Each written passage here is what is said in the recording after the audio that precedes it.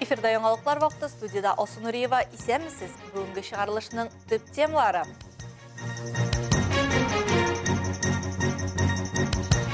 Әлмәттә авыл хуҗалыгы хезмәтчәннәрен кутладылар. Ознакай районында яңа модульлы фельдшер-акушерлык пункты барлыкка килде. Клементейдә мәдәни мирасны саклау өстендә максатчан эш алып баралар. Бүген Әлмәт районы авыл хуҗалыгы хезмәтчәннәре 2023 елда башкарылган эшләренә нәтиҗә ясады. Агросәнәгать предприятиеләре җитәкчеләре, белгечләре, алдынгы хезмәтчәннәре белән бергә район башлыгы Тимур Нагумановның котлау сүзләрен өлкә ветераннары да ишетте. Чарада Рәдифә Нугманова булып кайтты. Әлмәт районы гомер-гомергә республикабыз һәм илебез халкынан ике төрле уңыш биргән. Беренчесе кара алтын булса, икенчесе икмәк. Бүген дә авыл хуҗалыгы хезмәтчәннәре үзләренең данын лаеклы саклыйлар һәм бүген калабызда әлеге өлкәнең алдынгылары лаеклы мактау сүзләрен һәм бүрәкләрен алды. 62 мең тоннадан артык бөртекле һәм кузаклы культура гектарынан 16,6 центнер уңыш. Әлеге нәтиҗәләр башка еллар белән чагыштырганда әллә ни зур тоелмаса да, бу соннар артында бөтен районга нибары 850 булган фидакар авыл уңганының тырыш хезмәте тора. Узган елның язы ук югары температуралар белән башланып, җәен яңгырлары белән иркәләмәде. Шуңа күрә бөртекләп диярлек җыеп алынган уңыш белән мактанмый калуда дөрес булмас иде. Чөнки аның һәр гектары өчен тотрыклы булмаган һава шартлары белән көрәш барды. Очень непростой год у нас был 23-й. Боролись с засухой, боролись с всеми проблемами, сопутствующими к этому.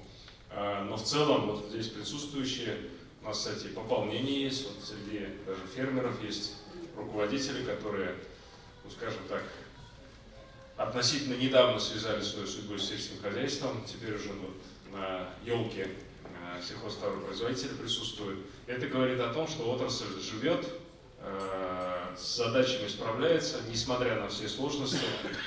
Тантанада катнашкан район башлыгы Тимур Нагуманов үз эшенең осталарына һәм фидакар хезмәт ветераннарына лаеклы бүләкләрен тапшырды. Араларында Фирая ханым Гаязова да бар. Белеме буенча зоотехник булса да, Фирая ханым менә инде 43 елдан артык сыер сава. Шуның 23 елы Токарликов исемендәге акционерлык җәмгыятендә.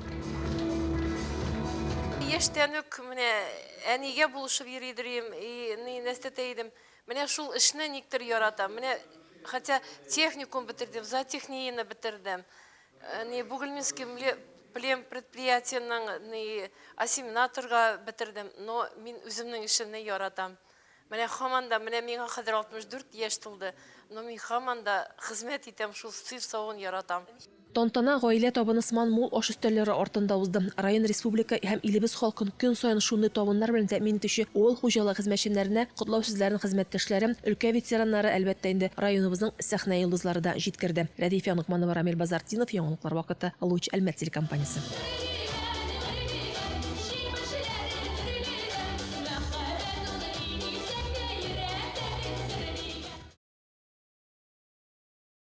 Калабыз буенча да узган ел нәтиҗәләре өлгерә башлады. Шуларның берсе торак тапшыру планы үтәлү. Моннан тыш 45 йортта капиталь ремонт эшләре башкарылган. Безнең ишегалды программасын гамәлгә ашыру кысаларында 41 ишегалды төкләндерелгән. Киләсе елда программага тагын 36 йорт керәчәк. Төрле республика федераль программалар һәм Татнефть компаниясе ярдәме нәтиҗәсендә шәһәр күленең икенче чираты төкләндерелде. Шәһәр су саклагычының реконструкцияләүнең беренче этабы төгәлләнде. Совет урамы ремонтланды. Әлеге урамдагы 2 мөселман зиратының кыймасы алыштырылды. 119 километр велосипед юллары төзелде. Калабыз халкы өчен 21 берәмлек җәмәгать транспорты сатып алынды. Узган елның соңгы көнендә яуган яңгыр бер катлам карны эреткәннән соң яңасында ук кискен суытып җибәрде. Шундук кар явып өйдә ял итүче әлмәтләрне дә юл хезмәтләре коллективында тик тотмады. Ялларда башланган эш бүген дә дәвам итә. Кичәге буран эшне кабат өстәде. Әлмәт шәһәре автомобиль юллары идарәсе хезмәтчәннәре тәүлек әйләнәсе эшли. Шул арада гына да калабыздан 38 мең кубометрдан артык кар шәһәр территориясеннән чыгарылган. Төнге буран нәтиҗәләрен бетерү юнәлешендә бүген 35 берәмлек техника һәм 25 кеше җәлеп ителгән. Юлларда хәрәкәткә комача аламый, барлык эшләрне башкарып чыктык, ди баш инженер. Сегодняшний ночь, конечно, у нас был чуть-чуть жарковато, как вы знаете, метель, буран, сверху снег шел, но мы этот как бы метель выдержали, проезд сейчас у нас везде открыто было, заторов нигде не было. Ночью работало у нас в порядке самосвалной техники погрузчиков около 20 единиц техники работало и около 6-7 человек рабочих. Рәфис Нурушанов сүзләренчә, Әлмәт автомобиль юллары идарәсе коллективы 3 звенога бүленеп кар чыгару буенча эшләрен дәвам итә. 38 мең кубометр кар чыгару кәгазьдә генә кечкенә булып тоелса да, чынбарлыкта бик зур хезмәт. Бу бер тәүлек әйләнәсендә туктамыйча 40-50 берәмлек техника гына эшли дигән сүз. Эш 2 сменага иртәнге 5-тән кичке 5-кәчә, кичке 5-тән иртәнге 5-кәчә көйләнгән. Моннан тыш идарәче компанияләр һәм торак милекчеләре ширкәте ишегалды территорияләрен һәм күп фатирлы йортларның түбәләрен җыештыруларында дәвам итә дип хәбәр салды район башлыгы матбугат хезмәте. Гомумән алганда, колабызда бу эшләргә 55 берәмлек техника җәлеп ителгән диyorlar. Рәдифә Нугманова, Диана Юдина, Наталья Зенина, яңалыклар вакыты Луч Әлмәт телекомпаниясе.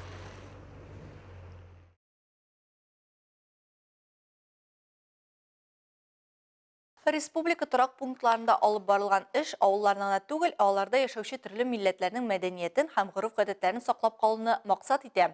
Мисал өчен, Әлмәт районы Клементей авылында чуашларның мәдәни мирасын саклау өчен бөтен авыл халкы бергәләп эшли.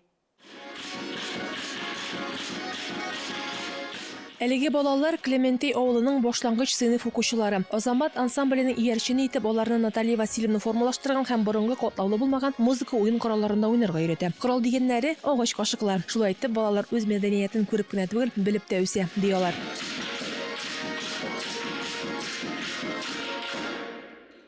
Аккомпаниатор оста куллар түгәрәге җитәкчесе булып эшләүче Наталья Васильева кул эшләренә дә маһир. Ул чуаш халыкларының милли бизәкләрен чигеп төшереп талисманнар ясый, курчаклар бәйли. Эти матрешки мы сделали тоже в чувашском стиле. Сами вырезали у нас, сами разукрашивали, разрисовывали. Сделаем также обереги. Мы их используем в качестве сувениров, если куда-то выезжаем. Также вот у нас это уже современный стиль. Тоже делаем своими руками, с детьми вместе. Сейчас начали делать вот браслеты, обереги. Авыл мәдәният йорты коллективы бар эшкә дә осталар. Мөдире Екатерина Туктамышева үзе генә ни тора. Җилтерәтеп баянда уйнын оештыру эшләрендә алып бара. Кирәк икән кирәк урынга үзе илтә һәм алып кайта. Алабуга агарту училищесында укудан тыш ул машина йөртүче булып та эшләгән заманында.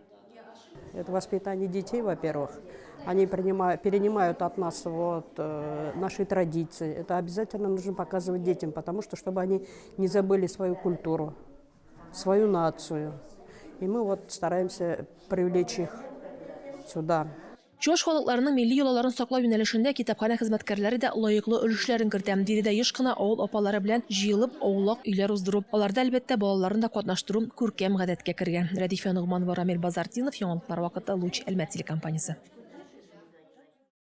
Дәвам итәбез. Азнакай районы Таллы Бүләк авылында яңа модульле фельдшер-акушерлык пункты барлыкка килде. Ул сәламәтлек саклау милли проекты буенча төзелгән. Бу хакта тулырак мәгълүмат Эльмира Шәрифуллина сюжетында. Чынлап та бүген үзебезнең Азнакай муниципаль районда бик олы вакыйга. 200 кеше яшәгән Таллы Бүләк авылында яңа модульле фельдшер-акушерлык пункты ачылуны яңа ел бүләге итеп кабул иттеләр. Җирлегебезнең Таллы Бүләк авылында бик шундый матур, күңелле чара. Без инде бүген фельдшер-акушерлык пунктын ачып җибәрдек. Монда инде безнең бу авылда 200-га якын кеше яши. Бу бик кирәкле бина иде. Монда инде шартлар да бик яхшы. Бүген көндә фельдшерыбыз бар, фельдшер помощнигы бар, ярдәмчесе. Матур иттереп халык белән эшләрне алып барабыз. 42 квадрат метр мәйданында пациентлар өчендә, хезмәткәрләр өчендә барлык шартлар тудырылган. ФАП тулысынча җиһазлар белән тәэмин ителгән, коммуникацияләргә тоташтырылган. Биредә 2 фельдшер һәм ярдәмче эшли. Мин август айында килгәчтен иске ФАПта эшләдем, анда салкын иде, монда гысман условиялары юк иде, суда кертелмәгән иде хәтта. Монда су кертелгән, туалетлар бөтенләй бар. Авыл халкына да, миңа да бик яхшы булды.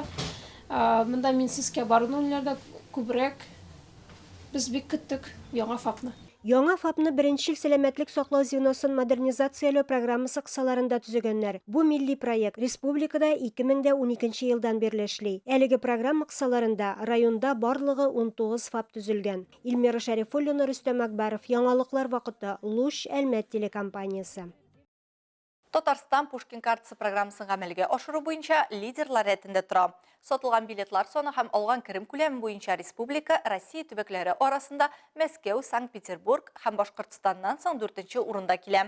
Мәдәният министрлыгы мәгълүматлары буенча узган ел эчендә Татарстанда барлык төр милек формасындагы оешмалар гомуми суммасы 307 миллион сум тирәсе тәшкил иткән. Пушкин картасы яшьләргә федераль бюджет хисабына мәдәният учреждениеләренә бушлай йөрергә мөмкинлек бирүче махсус дәүләт программасы. Карта буенча билетны бортик үзең өчен генә сатып алырга мөмкин. 2024 елда бу карта ярдәмендә 14 яшьтән 22 яшькә кадәрге гражданнар Пушкин картасы буенча кинога, театраль спектакльләргә, музыкаль чаралар, күргәзмә, экспозицияләргә, экскурсия, укыту программалары, мастер-класс һәм викториналарга барырга мөмкин. Мисал өчен Түбән Мактабан балалар китапханәсе 3 төрле чара тәкъдим итә. Аларны оештырыр алдыннан алар аның актуальлеген һәм биремнәренең авырлыгын төрле кешеләрдә сынап карый. Это вкусная история, это «Что в имени тебе моем» и «Стоп-кадр», на котором мы приглашаем детей. Детей сейчас в наше время, конечно, очень сложно чем-то удивить. Поэтому, когда мы готовим мероприятие, мы всегда эти задания проверяем на ком-нибудь. Картаның номиналы елына 5000 сум тәшкил итә. Исегезгә төшерәбез. Пушкин картасы дип исемләнгән Бөтен Россия программасы 2021 елның 1 сентябрендә эшли башлады. 2022 елның февралендән программага кинотеатрларда кушылды. Ләкин билет алганда 5000 сумның 2000 генә тотырга мөмкин. Бу 1 елга якынча 7 билет дигән сүз. Калабызда иҗтимагый һәм мәдәни учреждениеләрдә бик күп остаханәләр һәм башка кызыклы һәм танып белү чаралары уза. Эш вакытында Пушкин картасы тотучыларына аларның ишекләре һәрвакыт ачык. Мы рады видеть вас, всех зрителей, со вторника по субботу, с 9 утра до 5 вечера. Приходите, всегда вам рады и приходу ребят по Пушкинской карте. Очень-очень будем рады. Алар турында тулырак Госуслуги мәдәният кушымтасында яки Мәдәният РФ сайтында белергә мөмкин. Бүгінгі шығарылышта шулар иде. Мин Алсу Нуриева һәм монтаж операторы Динара Гайнетдинова. Сезнең белән сау булашабыз. Исән сау булыгыз.